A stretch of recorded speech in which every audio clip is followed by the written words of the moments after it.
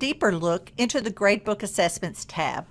By hovering over the title of the assignment, you get a brief overview of what the assignment entails. If you need to exempt a student from an assignment, if you click on the flag in the upper left-hand corner of the cell, the word exempt will show.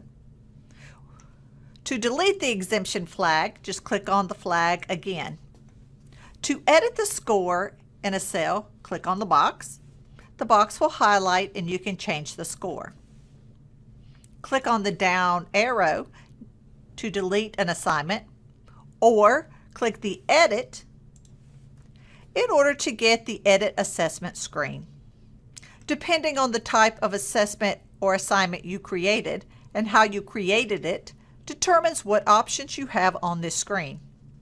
For most, you can edit the title of the assignment, change the category the assignment falls under, or whether it's going to be visible to students or not. Only assignments that are visible will be calculated in the overall average. This is particularly helpful when the course is set up to use standards-based grading. After any changes, click Save.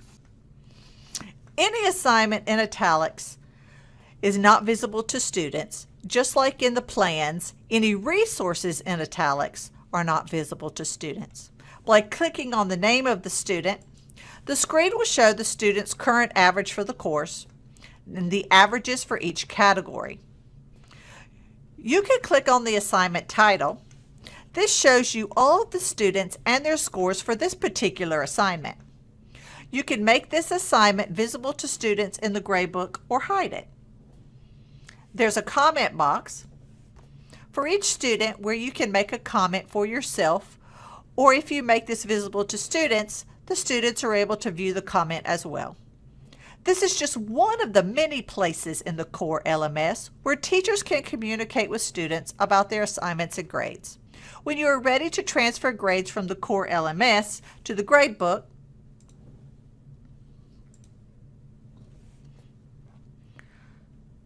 in Focus, click on the Transfer button.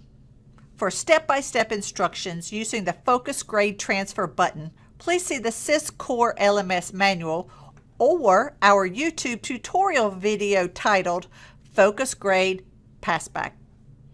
Any questions or comments or further suggestions for video tutorials, please leave them in the comment section below.